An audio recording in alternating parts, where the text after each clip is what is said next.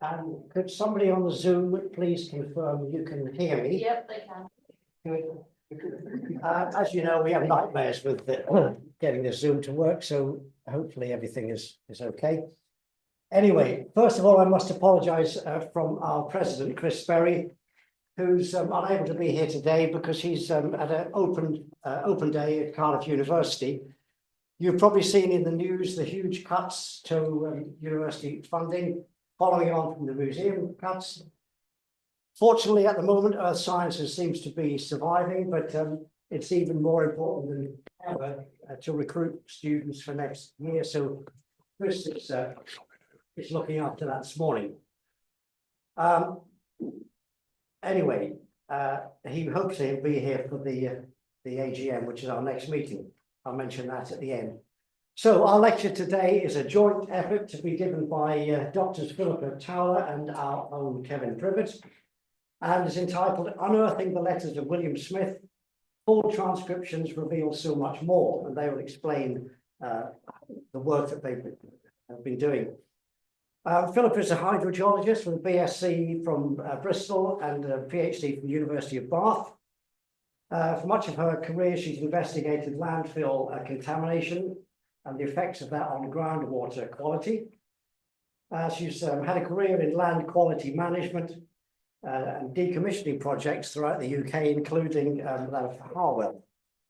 Kevin, as many of you will know, completed his BSc and PhD degrees in Bristol, and he spent all of his working life as an engineering geology consultant, mostly in civil engineering, but also in mining, and has also done some teaching at master's level. His interest in William Smith is that he considers Smith to be the first true engineering geologist, using his geological knowledge to solve practical problems in the field for his clients. So I'll hand it over to One each. Right. Thank you very much. Where we go. One word.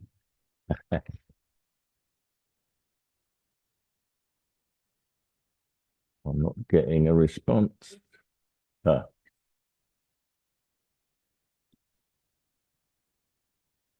Right, pressing the wrong button, that's why. Operator. William Smith. Who hasn't heard of William Smith? Apart from Jill. Yeah. Okay. Right. He was dubbed the father of English geology during his lifetime.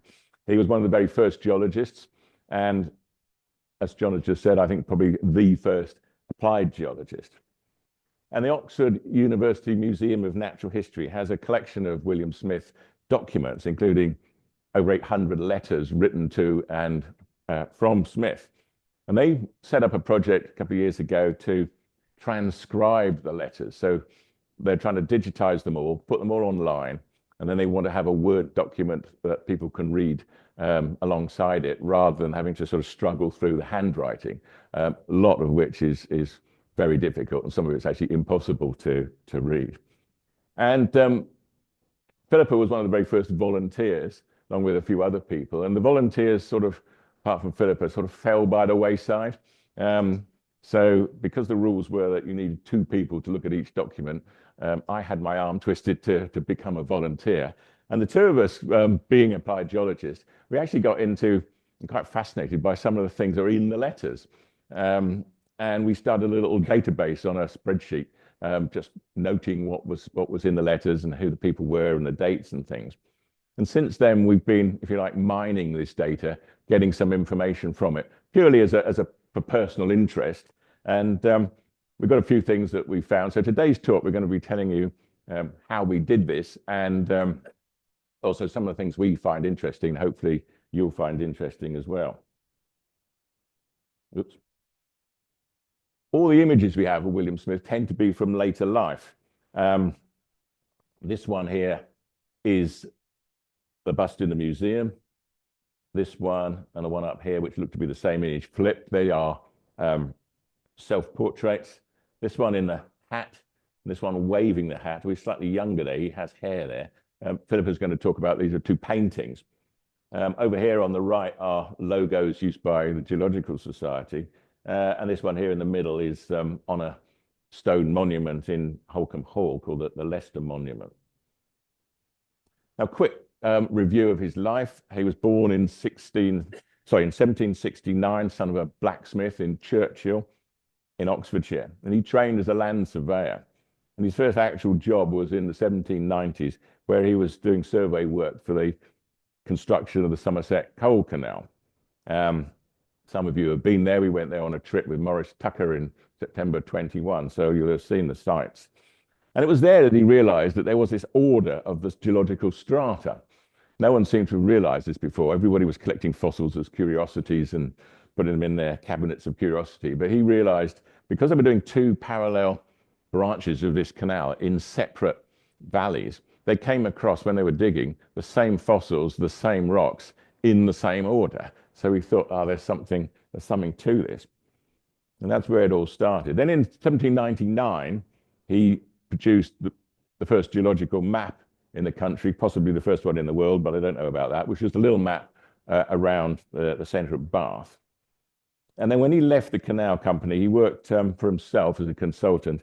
And in the early days, he started off looking at land drainage. So he was going and draining land for on large estates to improve the agricultural content of the land, experimenting with different kinds of fertilizer and all sorts of things.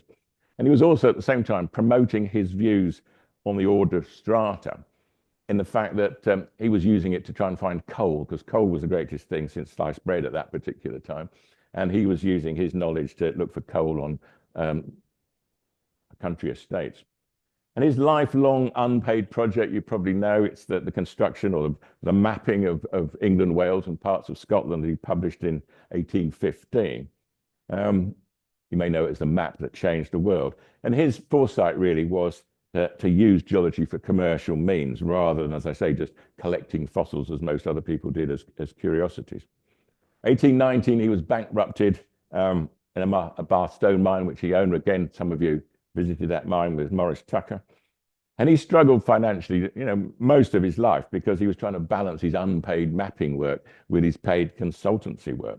And he also struggled scientifically, because he wasn't a gentleman, that the gentlemen scientists of the day, including the people who ran the Geological Society, they refused him membership because he was just considered to be a tradesman, not a proper gentleman. So that was a little bit of a problem. And in the 1820s, he moved to Yorkshire, to Hackness in Yorkshire, because it was cheaper to live in the north. And whilst he was there in 1830, he was instrumental in opening the Rotunda Museum in Scarborough, where the display of fossils and rocks are in their correct stratigraphic sequence. But he was finally recognized scientifically after a change of president of the Geological Society. He was awarded the first ever Wollaston Medal in 1831. And the letters talk about the award ceremony and various dinners that he went to afterwards to celebrate it. Followed quickly in 1835 by a honorary PhD from honorary doctorate LLD from Trinity College in Dublin. And unfortunately, he died in 1839 in Northampton on the way to a scientific meeting. Again, in 1799, he basically single-handedly invented the science of stratigraphy. This is a document called the Order of Strata, which is basically a list of the strata from the chalk down to the coal. And he gifted this to the Geological Society when he was given the Wollaston Medal. And there's some nice quotes on the right-hand side. I like the one on the bottom right. The same strata were found always in the same order of superposition and contained the same peculiar fossils. So that really says it all. That's what he was talking about. This was dictated to Reverend Richardson and Reverend Townsend, and this is Richardson's handwriting. But it went on to become the geological table that accompanied his map of 1815. And we now use exactly the same geological timescale. You can see from the red arrows where I'm joining the two together, we even use the same colors. And but we now have the geological periods, the Cretaceous and the others. I can't remember what they are now. And we have a lot of dates as well, because we've got radiochemistry, which obviously they didn't have in those days. And this just shows you the map side by side. This is his map of 1815 versus one that was made 200 years ago. And when you consider he was just walking and he was on horseback or he's looking out of the window of a mail coach or something, he actually produced the map on the left-hand side. You know, it takes the whole of the BGS to make the one on the right-hand side. So no mean feat. But he wasn't just a geologist, as I've alluded to. In addition to his work on the mapping and the stratigraphy and the mineral processing, he was a land, a canal, and a marine surveyor. He was an engineer. He designed these projects. He was an agricultural drainage irrigation improvement specialist. He looked at landslides and engineering of failed structures. He owned this Barstow mine, as I mentioned. And he was an early hydrogeologist. He did a number of mine dewatering projects and a couple of municipal water supply projects. Okay. So I'll undertake to take you through the next few slides. If you want to find the letters that we're talking about, they are in their original form photographed, and they're all online on the Oxford University Natural History Museum website in their online collections. And you go to the William Smith collection, and you can see, if I just take the here, you've got the correspondence, which are the documents we're going to be talking about. You've also got the diaries and then various other papers and so on. And you can just have a look at them, and they're brought up like this, and you can enlarge them. But they are, if you're not familiar with old handwriting and so on, they can be difficult to read. So I'm not going to actually talk about, say, what the letters tell us about the history, the biography, because that really has been well documented. To talk a bit more about the forensic aspects of the letters and what more we can glean from them, and particularly because we've done the whole lot down to please will you water the geraniums. And it tells you much more about life and his life and his approach. And if you read them from beginning to end, actually, I got through them so fast because I just wanted to know what happened next. And there was a pace. The letters are put up on the website. They're not at the moment in the most user-friendly order. So we are urging them to put them in chronological order. So what the archive comprises is, as you can see, 466 letters to William Smith and 396 written by him. Now, the two William Smiths are actually letters from his clients and all sorts of different people. So they're all sorts of different handwritings. The ones from William Smith are not the copies he sent, because obviously they got posted. They are either his first draft or a letter that he keeps for a purpose. And they've got crossings out and additions and all that. But William Smith's writing is very legible. It flows like a modern writer. And the purpose for keeping his letters may be that he wanted to remember what he was doing for accounting. And as a consulting geologist, obviously I had a filing cabinet in the days you had filing cabinets before electronic filing. And I also used to have a box under the desk where it's just in case I need it before it got thrown out. And it's also quite often very useful. So we also know that it's not a complete archive because John Phillips, his nephew, who he educated, William Smith married, but he didn't have any children. And he looked after, particularly his nephew, John Phillips, and he trained him as a geologist. And John Phillips became the keeper of the Oxford University Natural History Museum. And he then wrote in 1844 the first biography of William Smith, or memoir, and it contains that he used the letters, but in that memoir he said he was kind to the memory of William Smith, and it's probable that the body of letters that remain have been weeded by William Smith, so it gives a more there's nothing untoward in there, either for the reputation of William Smith or that consequently the reputation for John Phillips. And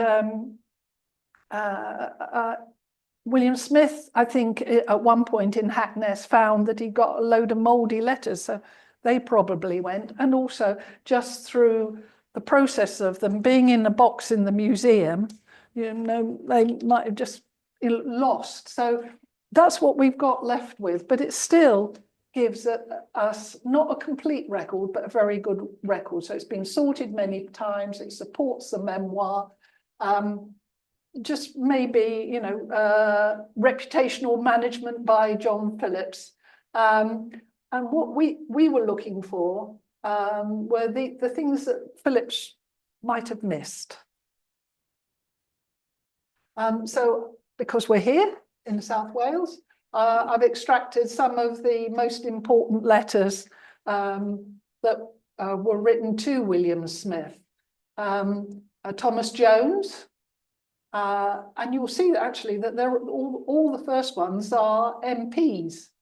William Maddox, Lord Dynevor, and James Brogden. And you can see there's 30 letters with James Brogden on the Trimsaran estate, and you're going to hear a bit more about that.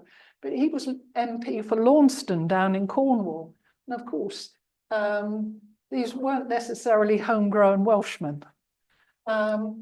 Another interesting fact I just learnt this week is that the MPs had free post, because this is before Rowland Hill and the penny post in 1940, and you had to pay to receive. The recipient paid for the postage, but MPs had free post to and from. So that may be another reason why there were more letters to MPs, and there are also letters to these industrialists, and Kevin's going to be speaking about them as well.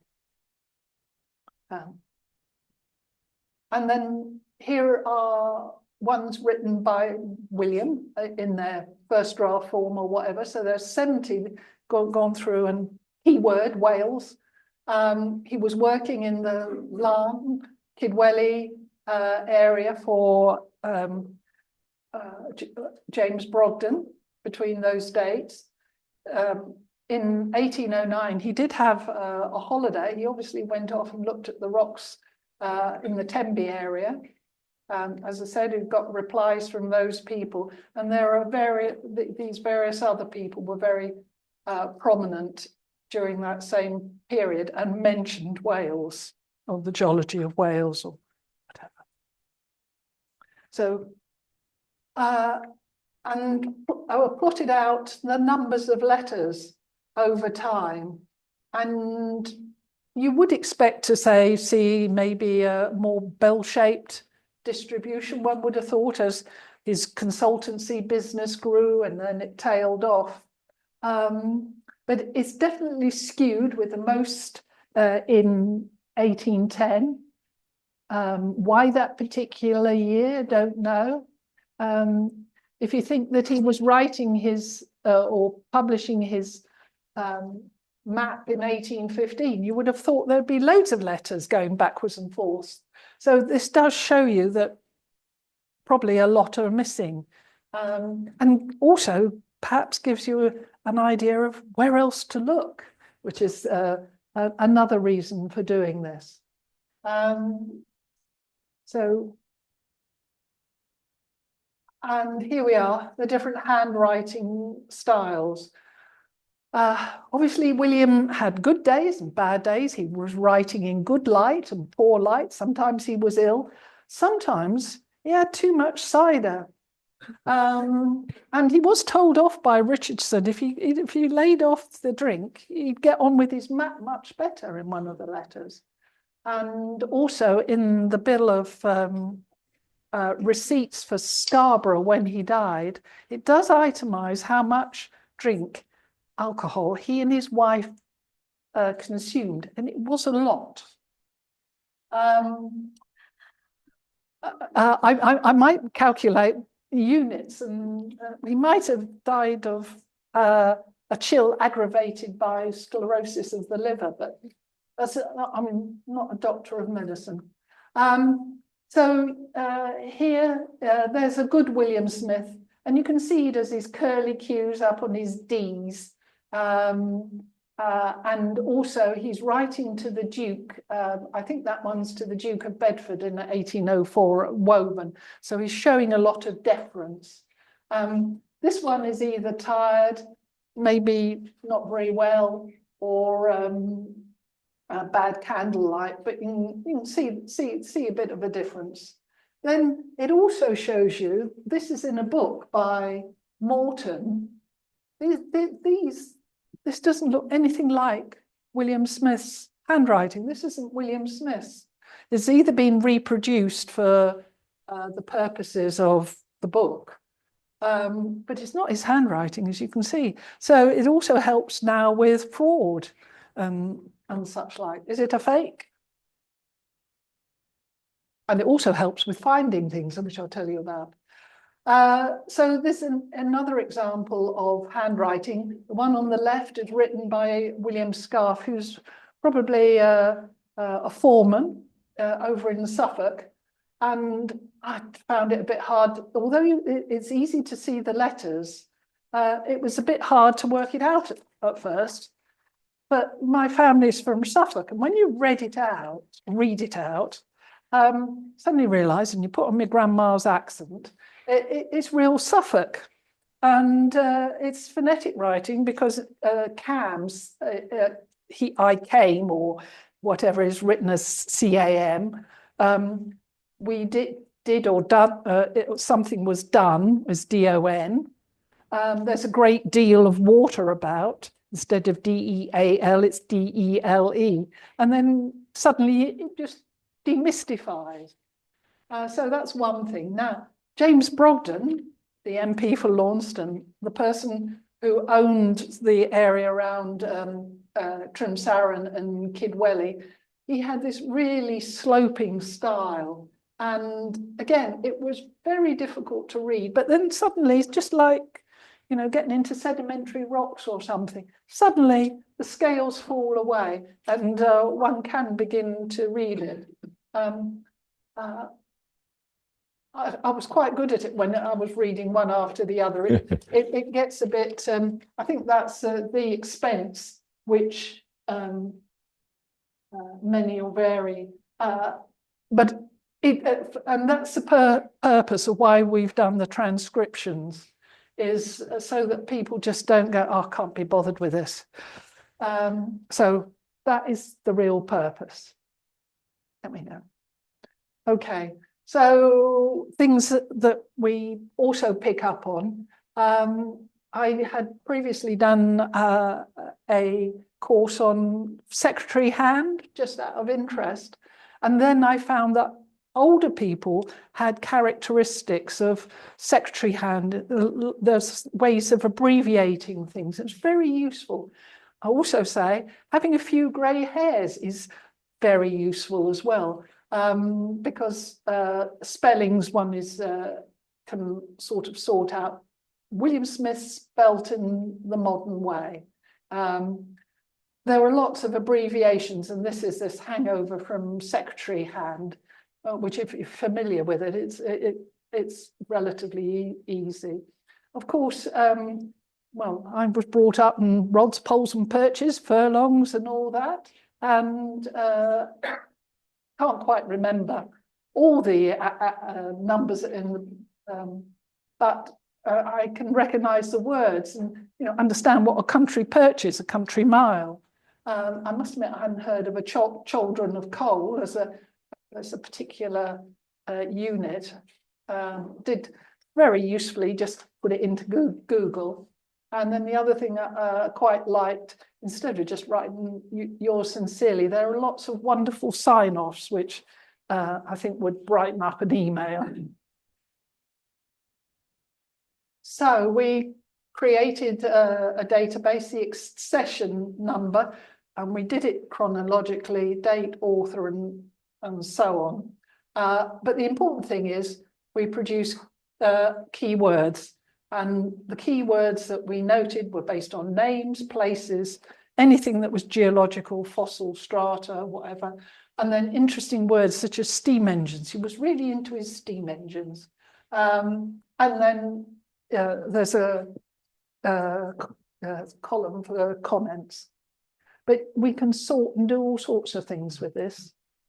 So then you find out who the top correspondents are. We've mentioned James Brogden, MP for Launceston, owner of the Trimsaran and Kidwelly estates. His friend, Benjamin Richardson, the Earl of Thanet, was a client of his up in Liverpool area. Jonathan Hill is one of his foremen that he puts on canal work and so on. Reverend Joseph Townsend is a friend. Dimmock Wells is another foreman that works for him. John Ferry is a map maker, and Dr. Charles Taylor is a secretary of the Royal Society of Arts and Manufacturers, etc., in or just off the Strand. And then the top correspondence to William Smith, with William Smith, that he wrote, this is skewed by his niece and nephew later in life. He wrote the letters, the actual letters have been added by Anne and William to the archive. And he obviously was doing less geology, and he was writing to his relatives and saying, would you like a ham for Christmas, and things like that. So a lot more social history. Bradell was a client. John Phillips, they're just individually to John Phillips, individually to Anne. Again, Reverend Richardson, his friend. William Boff is an engineer in the East End of London. John Smith is his brother, and Richard Crawshay is a South Wales industrialist. So using the key words, you can then do one of these clouds and find out what are the top ones, because it's just got a big Excel spreadsheet, and then magically it does this, and then you begin to realise that the landowners, Lord, a lot of his clients were major landowners. They wanted things to improve their land, to make them more wealthy, so they drained the meadows. They wanted him to find coal. And so that gives you a flavour of what was important to them. And then writing back, what would you anticipate would be important in William Smith's letters? Is it fossils? Is it strata? Well, that turned out to be quite interesting. And that, in fact, he was writing about coal. And you'll see in the next slide, coal was important. Coal was consulting. Coal was money. There was quite a lot of communications relating to Bath, because he had a consultancy in Bath, and obviously he had Tucking Mill, and he had this stone venture which failed. So that was quite an interesting find. And then when you look at something in one of the letters, this is what William Smith himself writes, that coal is now very much wanted in many parts of the kingdom, and the greater part of my time is taken up in searching for it. So that was a nice sort of full circle thing. And look at his beautiful sketch of a place in Yorkshire, Spoforth, where they sunk a borehole trying to find coal. It was unproductive, wasn't it, I think? And this was something that amused us at the time. Time has passed, and we're now two and a half years on, and the Queen had just died, and we were just doing the coronation. But here is a little quote that really shows that things don't change a great deal. I'll just read it out. We had lost our old and venerated constitutions in church and state just before we lost our king, and with them the treasury, which is now to be replenished by lowering our taxes. Economy, sober economy, must now be the order of the day. King William, God bless him, is heir to an inheritance mortgaged to its value. So I'll just hand back. Okay, right, I'm back on again. You all know what a geographic information system is, I'm sure. Think of Google Maps, you know, a map and things that you can click on. And I've always been interested in maps, you know, as a little kid. So as we were doing this, going through, I started writing down the OS grid references of all the places that were mentioned in the letters, the addresses and the projects you worked on and a couple of other things. It wasn't actually too difficult. Accessing some old Ordnance Survey maps in the GIS, you can put modern coordinates onto them quite easily. And a few internet searches. And some of them I got down to the actual building, and some of them are much more approximate, just the center of the town where he happened to be writing from that particular day.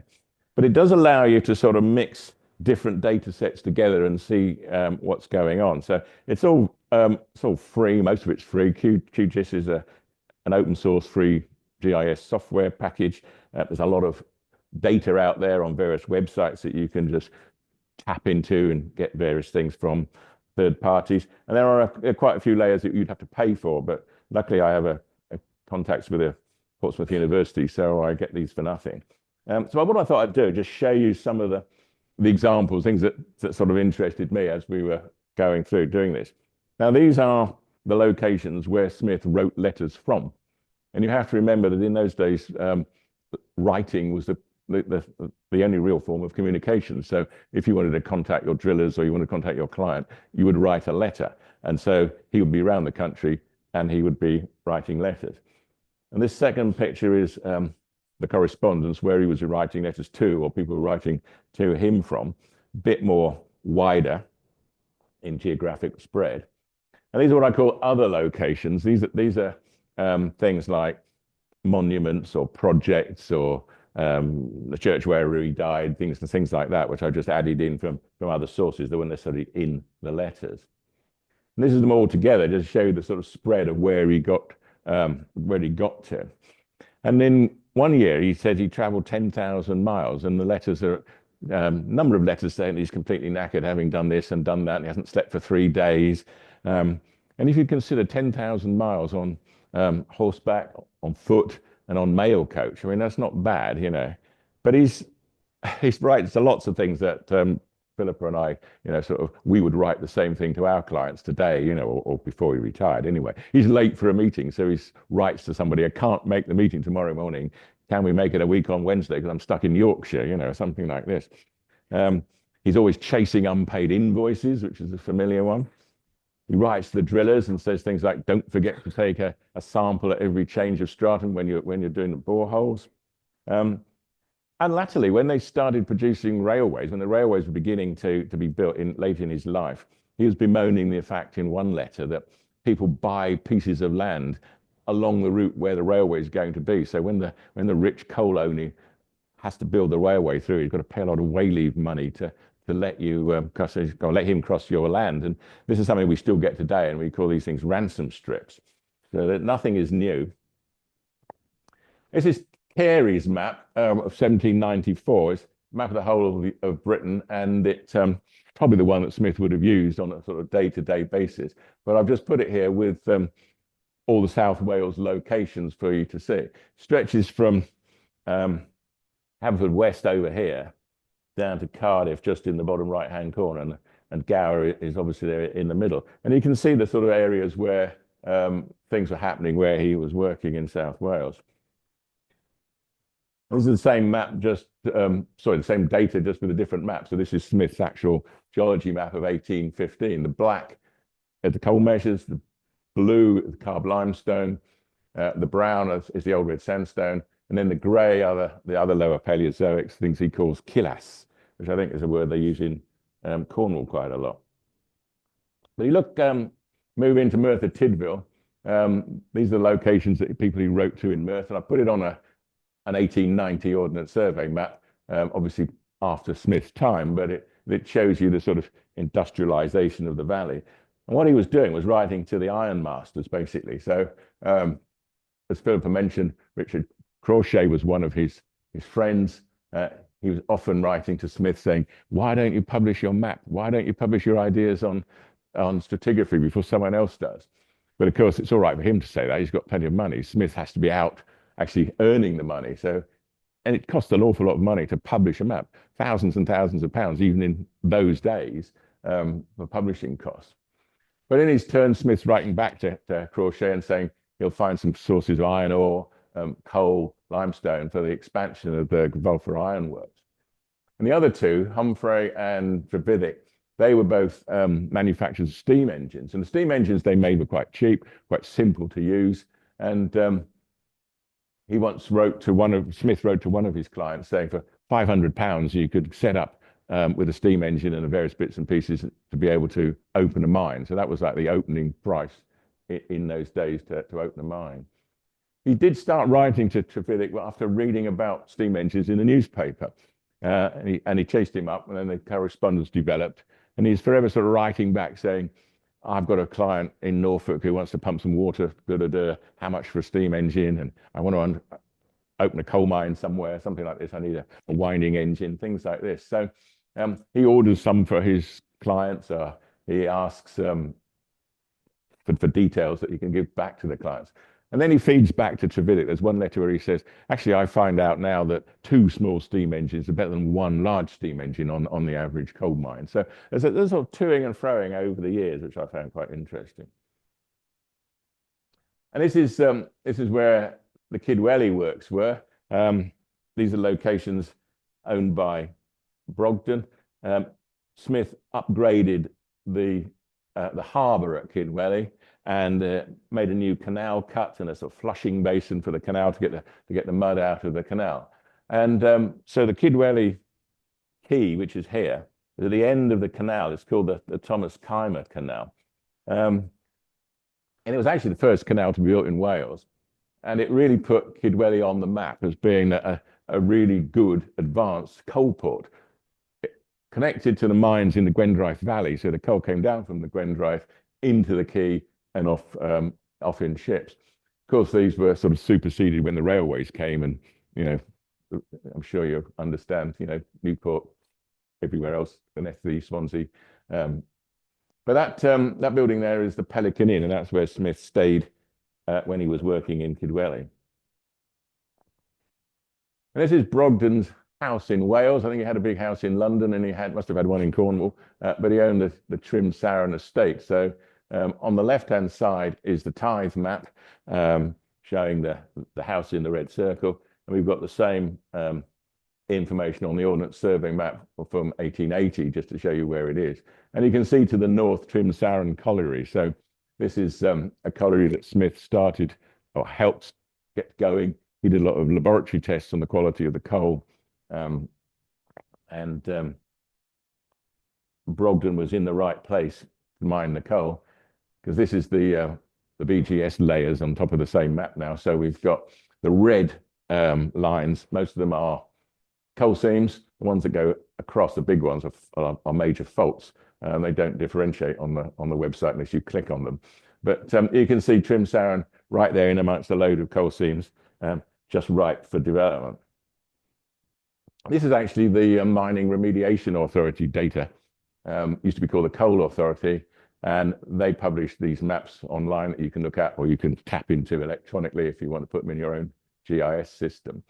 And all the purple lines are known coal seams. The red X's are abandoned mine entries, and the grey shading is ground that was subsequently open cast. So unfortunately, Trim Saran and the colliery have been scooped up and turned into overburden. But here's the, just to show you, here's the open cast area I put this on the 1960 OS map. And you can see big white areas, which were obviously open cast pits at the time that the mapping was done. And there you can see, as I say, it's disappeared. And nowadays, what was James Brogden's house and colliery and estate is now part of the Poslas racecourse. And it's been remediated. Okay, I'll just add a little stop press to this because I found, and I said it's very, we've got into this and following up little leads. In Essex Record Office, there is a large cache of letters from the Brogden family, which include a lot of records about the Trimsaran and Kidwelly estate. I've taken pictures and I can show you them later, and I haven't got it all. So if you know of people, if you're interested yourselves, or you know of people who want to look more at the history of this really very important, there's a lot of anthracite there, wasn't it? Area. It's over in Essex, but more of that later. So when I went to Essex, what I was trying to do, I wanted to see if the James Brogden letters had an original of what William sent to James Brogden, so I could compare the draft or whatever it was with the one that was sent, but they didn't have any that I found yet. I did find something written by William Smith, and I'm asking the archivist to verify it. Now, there are about 5 letters that relate to Solomon Williams. Nobody else seems to have picked up on this artist in other biographies or written about him before. Now, the first letter is in 1805, where William Smith sat for, he says he sat for Solomon Williams on the 14th of February. So 200 years ago, more or less, to the day. So this artist, Solomon Williams, he was Irish, born in Dublin. He actually exhibited at the Royal Academy. He spent time in Italy. He was very much a copyist. He didn't do things necessarily from life. So doing a picture of William was unusual and must have been a way of earning money. William Smith mentions in another letter that this artist painted the trial of the trial of Algernon Sidney. That picture now is in Halcombe Hall in Norfolk in their collection, but it's in a very poor state of repair and not on public display.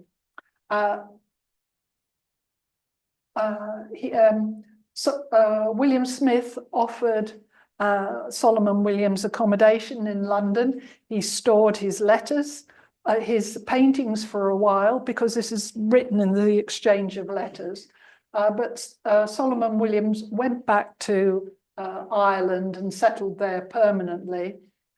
He's actually quite prominent in the Dublin art circles of the time and was a founder member of the Hibernian or Royal Hibernian Art Society.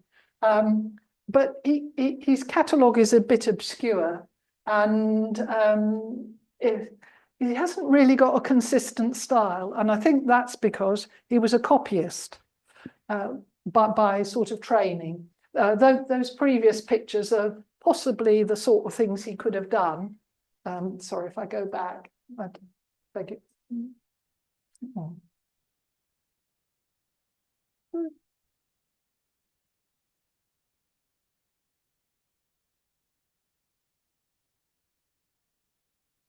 No, he's in the left arrow, was it? No. All right. Yeah. The trial of Algernon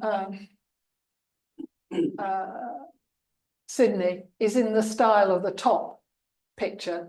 I have seen that now attributed to someone else. And Solomon Williams in 1806 did exhibit a picture of Captain Hardy as in Hardy and Nelson, in the Royal Academy.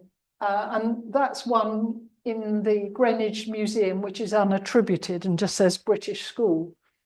You know, possibility, but I have written to the National Maritime Museum at Greenwich, and they say possibly a bit on the small side because it is a little one. But anyway, so in the letters they mention a painting of Holcombe of sheep shearing at Holcombe Hall done by William Smith. If you go on to the Holcombe Hall website and you go to the history section, you will see this picture, and it's attributed to either Thomas Weaver or George Garrard. So I wrote to them and said, look, these are these letters. It says Solomon Williams painted a sheep shearing picture. And it's, you know, it's about the right time and all of that. So this is a time of the Enlightenment and coffee houses. And the gentlemen, big landowners, had these things called sheep shearing, where they got agriculturalists, you know, people like Jethro Tull. William Smith as a drainer was invited, yeoman farmers, and they'd all sit down on long tables and have a meal, and there'd be a lord next to a farmer, and it was very egalitarian, and they were swapping ideas, ultimately, of course, all for the benefit of the lord. But so this picture is, or this picture or something like it is mentioned in the letters. Now, here is one, Woburn, and it is done by George Garrard, and the Duke of Bedford had historically been one of William Smith's clients. And this one, very kindly, tells you who all the people are. And in this corner, there's, I'll show you on a more detailed picture, but there's Joseph Banks is this person here in the corner that in sitting down. And by that time, Joseph Banks had been head of the Royal Society of Arts, etc., manufacturers, etc., for nearly 40 years. He was quite an amazing person. So where is William? In the letters, it says that William is behind Joseph Banks. Well, in the Woburn one, there is Joseph Banks, and in the annotations, it talks about, I think it's number 14, being the drainer. So this could be William Smith, and we've got the back of his head. Now, in this one, and they talk about Joseph Banks, and you can see there's this character here, older, who's got his hands on his walking stick in a similar position. And it talks about, in the letters, that William Smith has his hat off behind. And there's this character here, it's in this location, with his hat in his hand. So is this William Smith, a younger William Smith? And only come to this sort of line of inquiry through the letters. So that was a little aside. Right, back to some geology. Yeah. Well, as I say, William Smith was the first engineering geologist, and this really caught my eye. This is a landslip in Midford, just south of Bath, and it demonstrates how Smith really understood the sort of engineering properties of the Jurassic strata around there. Midford Castle was owned by Charles Connolly, and he was one of the investors in the coal canal that Smith worked on. He also owned the mine that bankrupted Smith. So what happened was, excuse me, Phillipa was in the museum looking at the archive, and she came across this little scrappy bit of paper on the left-hand side that's titled "Sliding of Earth into the Canal to the below Midford Castle," and that excited me because I, as you probably know, I did my PhD on landslides in the Bath area. In actual fact, I did my 3rd-year undergraduate project on the landslide in that field, just where the red dot is. So I thought, oh, this is interesting. But what really struck me was how that cross section looks compared to the one which is on the modern day BGS map from which this graphic is taken. And if I color them up to be the same, you can see. Now, I have spoken about this before. I'm not going to bore you again with the details, but basically in the Bath area, the tops of the plateaus are Bath stone or great oolite, now called the Chalfield oolite. Beneath that is the Fuller's Earth clay, then the inferior oolite, and then the lower lias, which is called the Bridport sand, and it's a sort of clay, sandy silt, depending on where you are. And in the last ice age, the clays were affected by the permafrost, which caused a process known as plastic flow. So the clays actually moved out of the hillside in the direction of those yellow arrows. And as they flowed out, they pulled the stone on top of them, the hard layers, cap rock, sort of rather like a sort of piggyback style. And it cambers over drapes over into the valleys, a process now known as cambering. Also, what happens is that those mudstones and clay stones actually became the source area for mud flows and landslides, rotational landslides at the bottom, mud flows at the top. And you can see from Smith's picture, he's got the camber drape here. He's got this landslide coming down into the canal.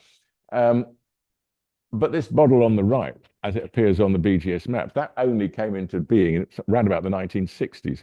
So that piece of paper had been sitting in the archive 160 years, and no one had actually presumably looked at it and realized the significance of it. I mean, Smith obviously didn't know anything about glaciation because he died a couple of years before Agassiz noticed that there had been glaciers in Scotland.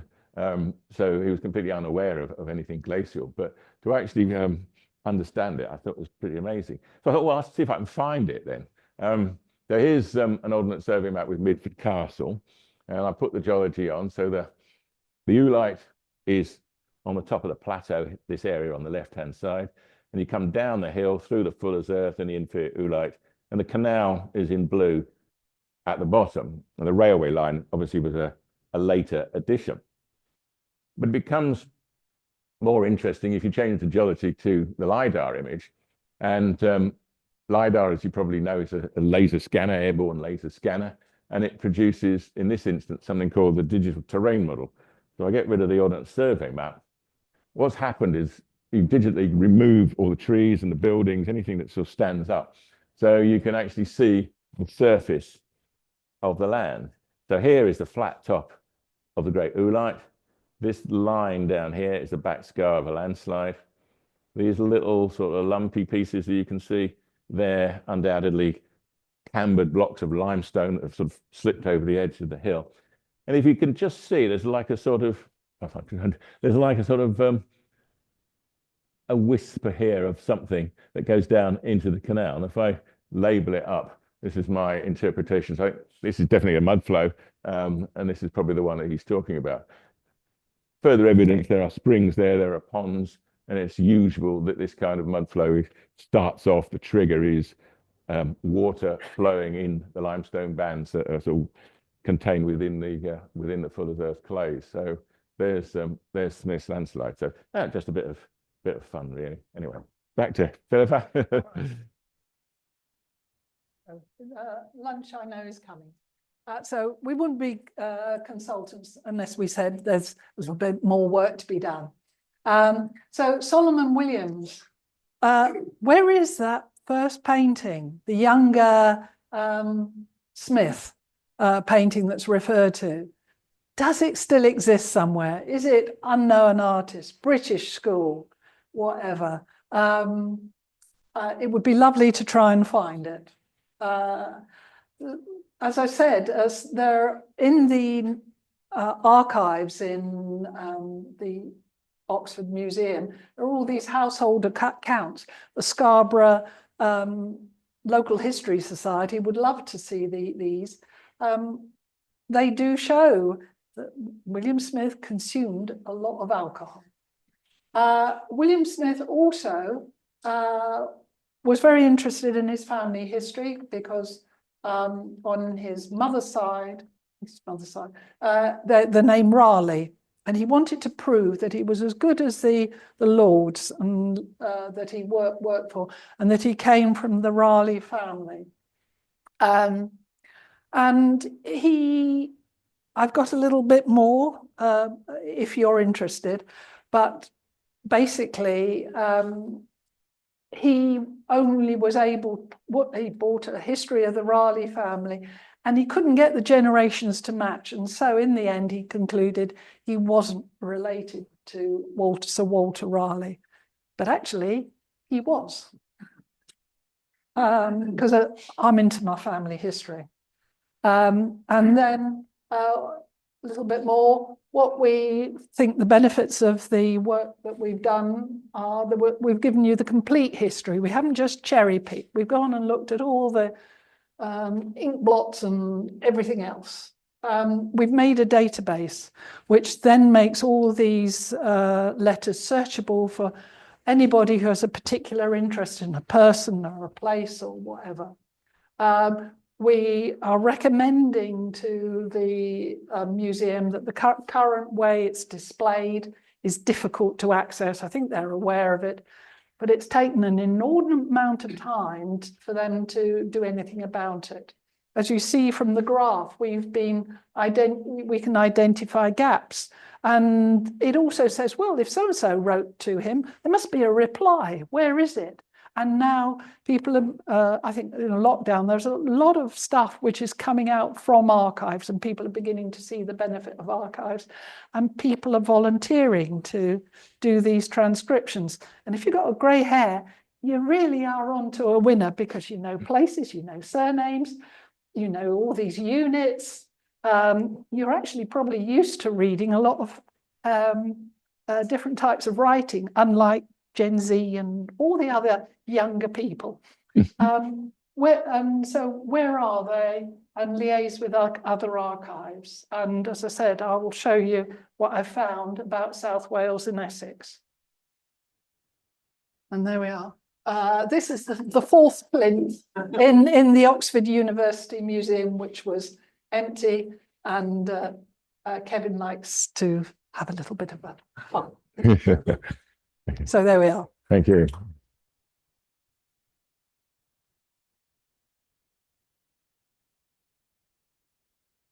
Well, thanks very much, Phillipa and Kevin. I found that absolutely fascinating. I'm sure you did as well.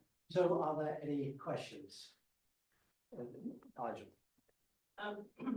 Maybe rather a detailed one about possibly some of the more minor correspondence.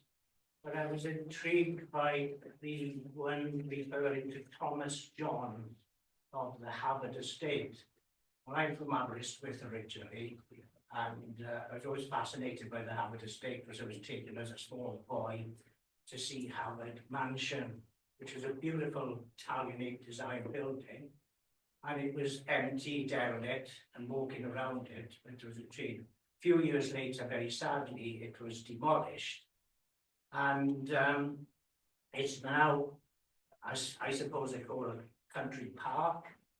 I think it's run by, well, it used to be by the Forestry Commission, which is now NRW, Natural Resources Wales. Now, when Thomas John developed that estate, he took great pride in the landscaping of the grounds. And he built, I wouldn't say built, but he, I suppose, restored, if you like, what have you, lots of natural features on the land, particularly waterfalls and what have you. And he used to invite all sorts of his friends in high places, of course, being an MP, to come and visit his estate. So my question really is, of course, I've never heard of the association of William Smith, with the estate. And I'm looking from your map and looking at the dots of where he visited, and if I'm right in my interpretation, it looks as though he did actually visit the Havard estate. Now, did he invite himself there, or would he know William Johns would have invited him there? Presumably to look at some of the geology that was exposed on his estate, because a lot of his work, as I say, was not done in the Central Wales basin of the Silurian rocks and what have you. But obviously he was aware of it and wanted to possibly come and see some of it, for example, of it, you know, for himself. So I was just wondering how the association between the two developed. Well, I can't recall the contents of the letter or letters, but I'm very happy to go to the database, give you all the connections so that you can have a look and follow up. And it may be related to draining as well, because that was his other big money earner. The geology sort of came along as his interest to do quietly once he'd been paid to get there for either coal or draining work. Yeah, he started off if you had a sort of boggy field, he would drain your boggy field so you could put cattle on it or sheep or something.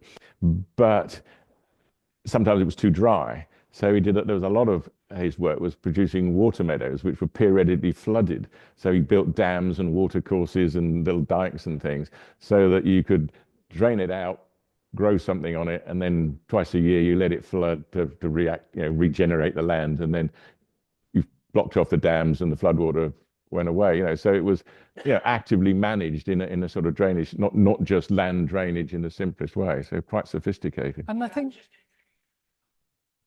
Smith got to know of the works. well, I'll try. You know, because there are 800 and odd, I can't Yeah. remember everyone. But yeah. I'm quite willing to be able to, you know, lead you right to the letter or letters so that you can follow it up. I think it's with the National Trust because it's on my list of places to visit. Linda. Yeah, just one particular question. I just thought in hearing that, is that area that he visited marked on his geological map? Because if you looked at the geology, you might put it on the map. Well, that's true. It gets a bit. Yeah, it gets a bit iffy when you get into Wales because, you know, it's complicated. He had this theory of his theory of strata was a little bit not like modern geology because he saw the beds in southern Britain, you know, starting in, say, Bristol and Bath and places like that, going over to Kent. They're all dipping towards the west. Is that right? And one on top of the other, you know, like books that have sort of slumped down kind of thing. And he thought that was the rotation of the Earth that was spinning around, and all the stuff was flying out into you know, centrifugal force was causing it to sort of go round the globe, and that's how it happened. So he expected everything to be like that. So when you come to Wales and it's just contorted and metamorphosed and it didn't quite fit the thing. So that's why he just sort of colored it all grey and sort of, you know, left it for another day, you know. And he would pick up things like superficials, you know, boulder clays, and he'd pick up other obvious things, intrusions and things. But I think in the bulk of the lower Paleozoics, I think it wasn't much. I'm just going to look through it so I can find the. You know, Yeah. yeah. Mechanisms of the transcriptions. From what you're saying, it's as if you got two versions. One is to the integrity of what he wrote. So he wrote LD in short for Lord. You want to have one transcription which has got LD, but you want another one which has got everything spelt out fully to a standard pattern, so that if you want to do any searching, you can do so. Well, Help other people who perhaps don't know what somebody's been the museum provided us with a sort of methodology, and there for transcription processes there is a standard methodology, and some of the we had 70 people start off on this, and I think a lot of people were from overseas as well, and they really struggled, and but anyway, it got down to me and Kevin, and so we followed a particular process. So if it did have just LD for Lord, that's what we would transcribe it as. It could then have a footnote if you wanted to have a Lord or whatever, because you're then working with a Word document. But it's first thing is to get it a faithful transcription, and also one important thing is not to just run it all into our standard letter, just keeping the lines all the same length, because when you got to the end, you just something again. So you could compare the one with the other because it's in the right, that kind of. And if we didn't know anything, you'd put it in square brackets and you'd put like a question mark if you thought it was a name or something, or if you had absolutely no idea, you just put dot dot dot, and then carry on, so people would realise. So if somebody really wanted to know it, what that was, they could go to the archive. We did it online, so we're just looking at a scan. But you could go to the archive, look at the letter, and spend hours with a magnifying glass trying to work out what it said. But just a second eyes, they say, oh, that's so and so. Yeah, you put it in sort of context. That's why they wanted to. But there was a reader and a checker. So Phillipa's much better at reading it than I am. So she did all the hard work, and I just did the checking. So going through and reading it again and saying, "Oh no, that's da da da," and adding something in. But it was good fun. Like she said, it was sort of the next one. I want to do the next one. You want to say when he's really down, because he's getting depressed, go on, it's going to be all right in the end. Come to you in a minute, Dave. I think we've got questions on Zoom. Duncan, who says that it was written in the chat that Smith's comment in one of his letters on his visits on his 1802 tour of Wales, I am just returned to this place from a tour of South and North Wales. I went to Carmarthen through Llandudno, Llandovery, Bilth, Rhyadr, Dolgelly, Carnarvon and Chester. So that's one of the comments in the map. There is also another question from Steve Peacock saying, fascinating, thank you. Regarding the 6-year gap in correspondence, any insight as to why and where these letters most likely be found, otherwise, if they still exist, and are there any living descendants of John Phillips? John Phillips didn't have any children. There will be wider family. I did actually go to Churchill, and then the there's a neighbouring village of Simon. You heard me, Kingham. And I just happened to talk to this lady who was on a gate, and she was a Rathbone, and the Rathbones were had an iron business, and before that they were the blacksmiths, and they were friendly with William Smith's father a long time ago. So there are threads. And then as to gaps, well, what the work we've done is points to where the gaps are now, and then where potentially to start really looking at other archives. I think the key thing is that, as Phillipa said, John Phillips weeded these things out, and he wanted his uncle to look good. So anything that was a bit nasty, any expense claims for duck houses or something, they all went in the bin, I suspect, and all the good stuff about when he won an award and all that kind of stayed in the yes box. So there is a little bit of bias, I should imagine, in the collection. I should think Yorkshire, it would be a good place to make sure if there's anything in the rotunda, or then what's gone back into the Yorkshire County Archives. And of course, it may not be labelled with Smith or whatever. It may be in just unknown papers or something. And maybe eventually it will come, some more things will come to light. But also, seeing what the handwriting is means you can then I have a much better chance of identifying it. Yeah. Cool. David, Just a quick comment. You've made a couple of points that he drank a lot. Yeah. Yes, I think so. I got the impression like 16th, 17th, 18th century, it was safe that it drink beer. Oh, yeah. 1%. Oh yeah. Oh, yes, absolutely. And he was a big man. He was walking. I mean, big. He was 6 foot, wasn't he? He was powerful. He was doing all this walking. He was tired. He stayed in inns. It was safer to drink. Beer. small beer and things like that, wasn't it? But there is a comment from the Reverend Richardson, is it's cut down, you'll get on with your map better. Yeah. And if you There's do, cases of brandy and things being bought, aren't there? You yes, know, dear, it's not just. it's like pink gin, because there's a lot of pink gin. That's what I think Yeah. Andy likes. Yeah.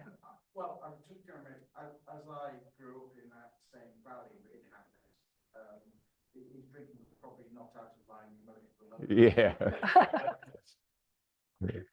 So, and just as another personal memory, the Rotunda Museum, my granddad used to be a trustee.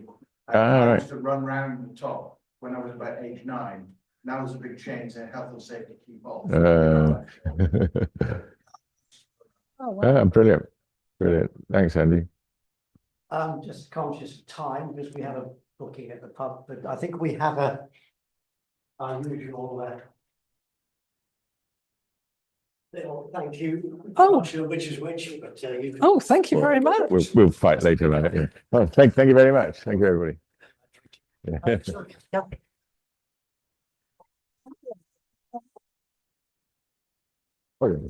I should be clapping, should I? Yeah. So, a couple more. Our next meeting, as I mentioned, is the AGM, which will be held on the 8th of March. Because I think we did advertise it a week later at one time, but it is on the 8th of March in Cardiff. When our speaker will be Jeremy Hocker, talking about and of course, Jeremy assures us there will be a bit of chemistry, but not too much for a Saturday morning. So look forward to seeing you then. And today we're taking our speakers to lunch at the Copper Pot, which has become our Swansea local.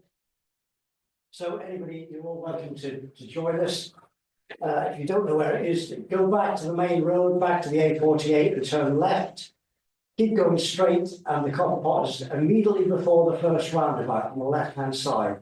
It is opposite the garage on the other side. Just keep going straight, just before the roundabout, and see the Copper Pot. So please come to lunch if you like to, and we look forward to seeing you there or at the next meeting. And take. Oh, thank you.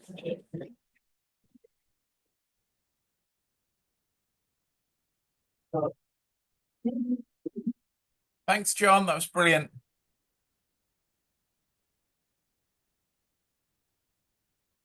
Actually, I distracted myself on my silly comment.